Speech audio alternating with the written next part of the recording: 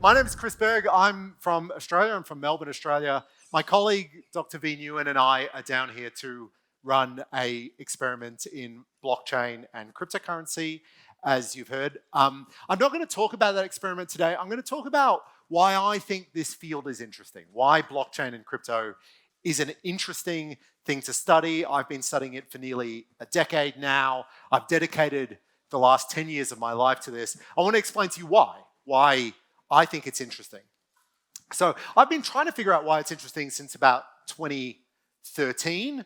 Bitcoin was invented in 2009, so I was a little late to the bat. How many people have heard of Bitcoin very quickly so I can gauge easy? How many people own Bitcoin? Oh, so a couple. Okay, fantastic. So we know about the existence of cryptocurrency, but we're too scared to touch it. I understand. Well, I've been trying to figure out why we're interested in it, why sometimes it's a bit of a concern, but most importantly, how it's going to change the economy. And I've been writing lots of books and lots of papers about that. But today I'm going to give you my latest answer. This is what I currently think is most interesting about blockchain, cryptocurrencies, Bitcoin, and so forth. To tell this story, though, I'm going to have to tell you a little bit about Australia. And forgive me for that. I am personally, as an Australian, very sick of hearing American anecdotes. I'm sure lots of Americans come down here and tell you about how important the United States is. I think as Guatemalans and Australians in this room, we can say, let's hear about other countries. I'm going to tell you about Australia, even more irrelevant to your day-to-day lives, no doubt, but I'm going to talk to you a little bit about Australia. Okay. When I drove to the airport 2 days ago in Melbourne, I drove past this building. It's an automotive shop. They sell luxury cars and so forth. That's what it looks like right now. But 10 years ago, it looked like this. It had a totally different logo. That logo is actually Australia's oldest newspaper, or at least Victoria is where I'm from, Victoria's oldest newspaper. This building they built in 2004. It's huge, it's expensive, it's this huge icon that you get driving down the freeway to Tullamarine Airport. It's visible for miles around, and now it's a car shop. Well, they built that in 2004. This is what the internet looked like when they first commissioned that building. They spent so much money on that building. The internet looked like this. This was their website in 1998 when they first signed the contracts for that building. It was incredibly rudimentary. It was a very early internet days when they commissioned that building. Between 1998 and 2014, when that building was finally finished, the internet came for newspapers. In Australia, like everywhere else in the world, the advertising market of print media dropped off a cliff. It completely collapsed. Print media had 60% of the Australian advertising market, and in 2014 or so, it had just 20%. What had replaced it? Well, the internet had. All the money went away from the newspapers, and it went to the internet. And so, unfortunately, this beautiful new building that the Age had invested in and took nearly 2 decades to complete, this beautiful new building had to be sold. They shut down the print works. They, in fact, outsourced all the printing. The rivers of gold, the print media advertising, completely disappeared. And the media industry is completely different now than when I started working in academia and public intellectual life. When I was writing newspaper columns, it's just now a completely different era. Well, the internet came for print. The internet came for media. The internet is now coming for the finance sector. This is what I think is the importance of blockchain and cryptocurrency. Finance has been one of our oldest industries. Finally, the internet is coming to completely revolutionize the finance sector. Let me talk you through a little bit why I think this. Well, every financial asset that you have, every financial asset that you interact with, that your friends and family interact with, ultimately is a digital asset. We are a long time away. It was a long time ago now that you had shares represented by bearer bonds and physical stocks and so forth. Now, every asset is a digital asset. That's partly because of blockchain, but it's also partly because of this long-run digitization of the financial sector that we've seen. What's significant about blockchain, though, is it takes every single one of those digital assets and it turns them into what we call smart contracts. Now, what's a smart contract? A smart contract is effectively just a program. It's a program that you can write to do anything you want. It's a program on the internet. They call it a smart contract. Lawyers will tell you it's neither a contract nor it's very smart. But just think about a smart contract as a program. If every digital asset that we have, every financial product we have, is effectively just a program, what can we do with those programs?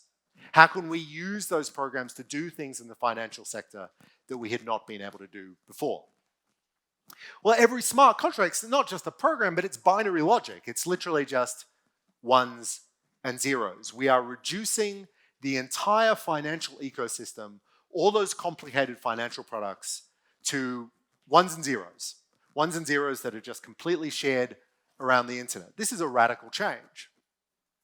Now, that's exactly what happened to the news sector. We reduced the complexity of print media, of journalism, of television, of radio, of magazines. We reduced it all down to ones and zeros. And that transformation of news into digital completely revolutionized the industry. Well, in finance, it's taken a lot longer. Because in finance, we really needed this technology of smart contracts. We didn't just need to be able to digitize financial assets. We need to convert them into programs. We need to convert them into things that we can do stuff with. We need to convert them into contracts. We need to convert them into agreements. And my argument is that ultimately, by digitizing and adding smart contracts, we have created, through blockchain and cryptocurrencies, through the tokenization and technologies that they enable, we've created banks. We've created the very financial institutions entirely digitally that were first invented in the real world, in the analog world, by the ancient Greeks. We've managed to completely build banks, that incredibly complex financial institution, would be able to completely build banks out of digital assets, out of the combination of digitization and smart contracts or programming. So what does that mean? So I'm talking at a very high level here. What does that mean?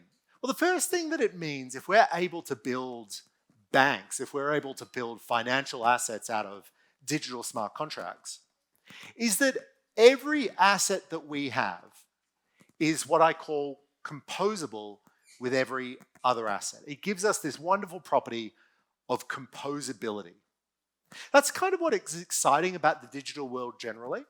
If we're able to reduce these complex ideas and pieces of information to just a series of ones and zeros, then we can treat them all the same. We can share them in the same way that I can share a picture through an email. I can send a news article.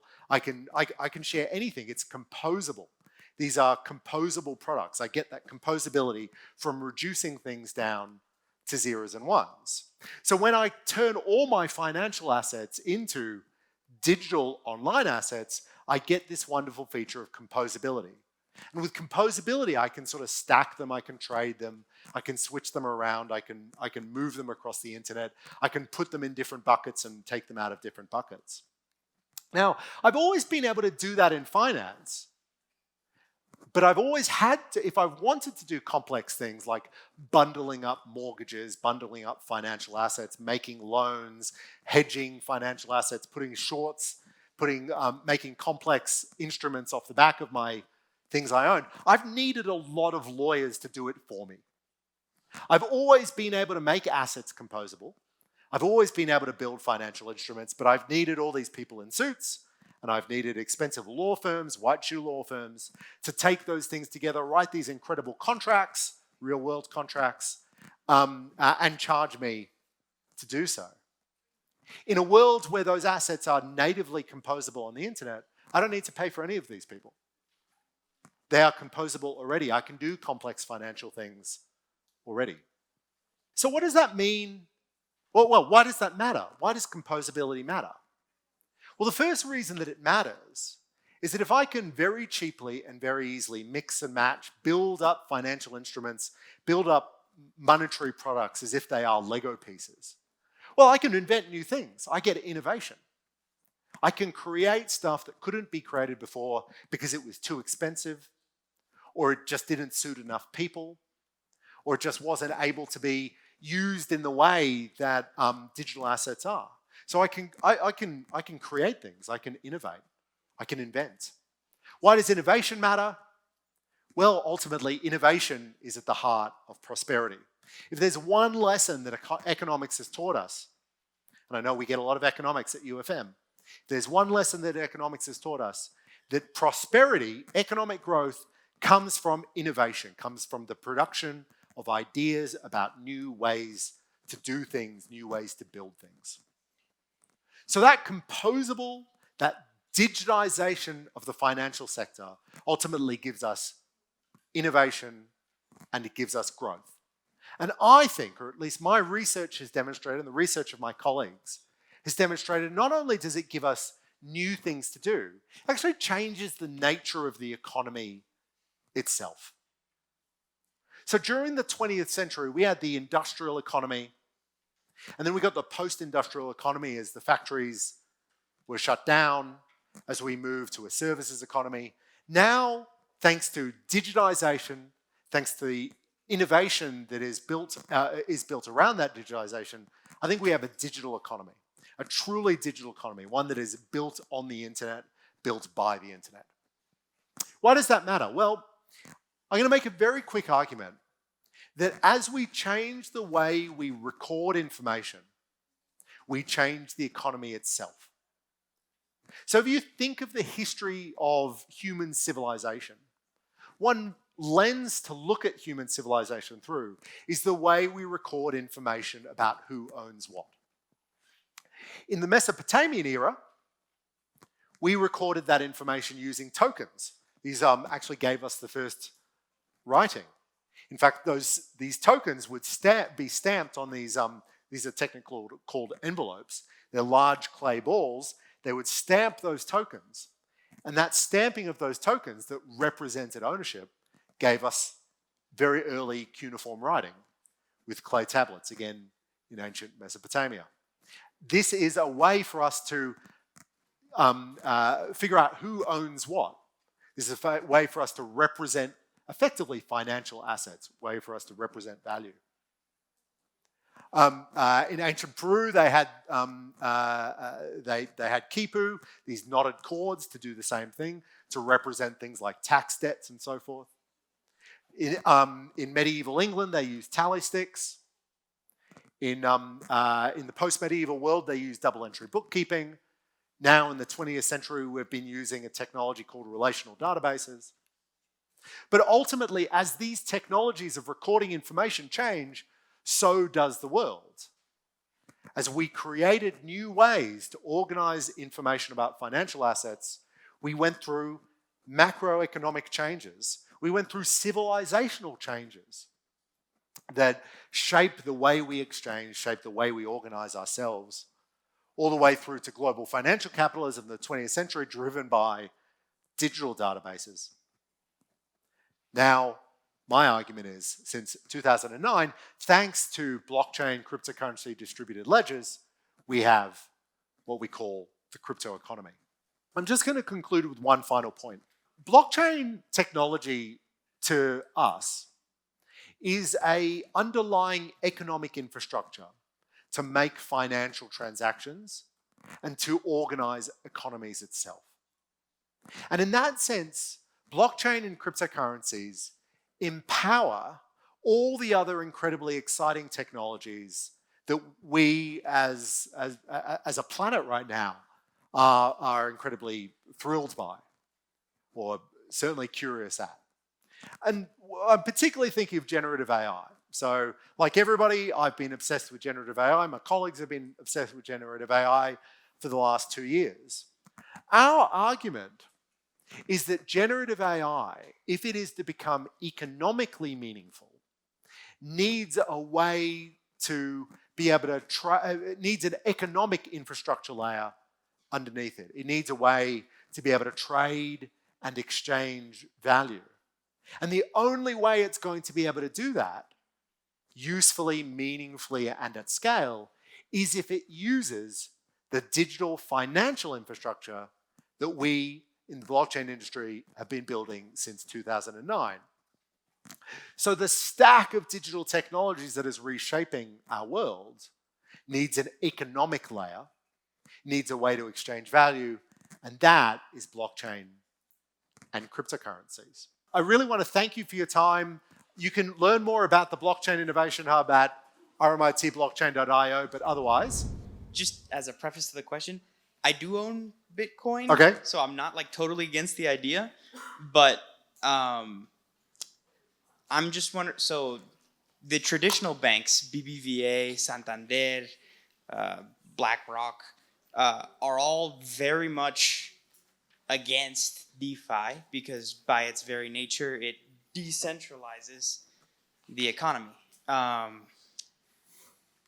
Why do you think that it's viable in an environment in which they basically have all of the economic power? Yeah, great question. So they're against DeFi, but they're actually not against blockchain technology, amusingly enough. There are some really big blockchain projects run by some of the big global banks. So for example, JP Morgan has its own blockchain that it uses to settle real-world assets amongst itself. I think the real answer, that's very true, but I think the real answer to that is that the power of democratization over financial services is actually incredibly compelling, not just for users of the existing financial services, but those who've been systematically excluded by financial services so far. We're going through an enormous regulatory debate at the moment in the blockchain sector about how heavily we're going to regulate, how much know your customer rules or anti-money laundering, how much privacy we're going to impose or remove from blockchain technology. I don't know where that's going to end up, but I do know that the decentralized systems, for the first time in really human history, are providing a genuine competitor to the centralized banking networks that have dominated the financial sector, since the ancient Greeks. That is the competition at the moment. This is a very compelling story, and I think there's consumer demand for it in a way that will make it very hard that has so far made it very hard for governments to ignore. So, look, it's a big open debate and it's a big open question, but I would bet on the democratization of finance over the centralization. Hi. Thank you for your talk. It was very interesting. I was just wondering, why do you think people can be so aware about Bitcoin and yet are so scared to get into it? Like we saw here, everybody knows about it, but I think 1 or 2 raised their hand when you asked if they owned any Bitcoin. Yeah, look, I think there's 2 reasons for that. It's complicated. I wish I got into it the first time I heard about it too, in about 2013. I wish I'd purchased some Bitcoin then. Unfortunately, I didn't. Partly, it is quite complex. There's 2 ways that you can to do things like acquire Bitcoin or any other cryptocurrency. The first way is relatively easy, which is that you go to a cryptocurrency exchange and buy it using a bank account and so forth. It's a little bit complicated to onboard onto that because you've got to do KYC and there's a whole bunch of stuff. But that's relatively simple. It's a much more complex task to take it off that centralized exchange and put it what we call on the blockchain. Because on the blockchain, if you take Bitcoin off the centralized exchange and put it on the blockchain, you are controlling it yourself. Completely controlling it yourself. If you lose it, you've lost it. It's your fault. There's no customer service that you can call. I think that worries people. I think we like customer service in a lot of ways. We're building better systems to help people navigate those complexities, but they are complex and they are sometimes confusing for people who have been brought up, as I have, as we all have, in a world where there are always centralized banks that can help us out if we've got a problem. So I think there's a user education side to it, and there's we need better systems to remove complexity as well. I have basically a question that is more about like, I have heard that some people do or run scams with this technology. How can we prevent it? Because I know that some of them work, like they make a currency valuable because they put assets on it, and then when people start to value it and get into it, the people who owns like the majority or the creators of that, they pull out the money, so they collect basically all the money, and then the currency just devalues until it's basically worthless. So has there been something to work on that, or no? So, I mean, it's absolutely true that there are a lot of scams in crypto. The one you've described is called a pump and dump, where a group of people get together to pump the price of a token up, and then everybody dumps at the same time, and the people who aren't in on the scheme lose out badly. This is an ancient problem. Pump and dump schemes are very common outside highly regulated financial systems. Penny stocks, particularly prevalent in the US in the 1980s and 1970s and so forth. If you've seen The Wolf of Wall Street, that's really a story about pump and dumps. It's a very common and standard scam. So it happens outside the crypto ecosystem. There's no way for us to stop it systematically because these networks are completely permissionless. Anybody can build whatever they want. And so people are going to build whatever they want. And sometimes those will be scams, and sometimes they will be rip-offs, and sometimes they'll just be bad projects. There are regulators trying to jail people for doing these sorts of pump and dumps. But again, they might happen in countries that are outside the regulatory purview because they're global networks, global permissionless networks. I think if we're going to use this technology as part of an investment strategy personally, we have to be very, very careful. And we have to have a real buyer beware attitude to it. But it puts the onus on us as consumers and investors rather than the onus on, well, there are no regulators to ask for help. There is no customer service to ask for help. I think that's both scary, but it's exciting from a competition perspective. And the regulation that has been imposed by financial regulators has had some really pernicious bad consequences as well, preventing people from being able to enter profitable investments. Now, it's prevented people from being scammed, but it's also prevented them from entering very good investments as well. So it's the Wild West. It's very hard to imagine a world where it's not going to be the Wild West. There's always going to be weird corners of the crypto ecosystem. But again, that's what permissionless open markets look like. And as long as we go into it with our eyes wide open, I think, that's what it is. I had a question. Do you think this can get to the level of everyone using it, of it being global, and how would it affect the regular consumer that just goes on to buy a cup of coffee? Yeah, so there are two ways that it can affect that. I'll put it this way. I don't want to make a prediction. I want to give you two paths. One is that you use it without even knowing.